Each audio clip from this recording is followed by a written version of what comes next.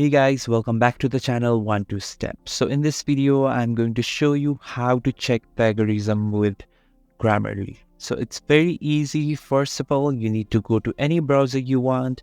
Here I'm going to Chrome browser, and in the search bar, you just need to search for Grammarly plagiarism checker.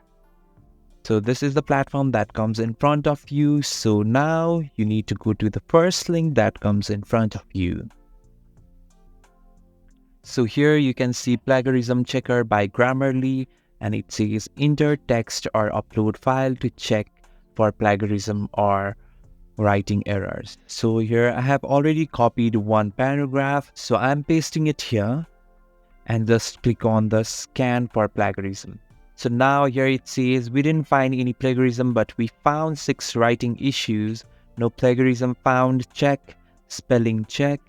Conciseness 1, word choice check, grammar 1, punctuation 3, readability check, additional writing issue 1. So they have found these results of this paragraph. So in this way, you can just check for plagiarism by Grammarly. So thanks for watching the video. If you find this video helpful, please subscribe the channel and do not forget to hit the like button. Thank you.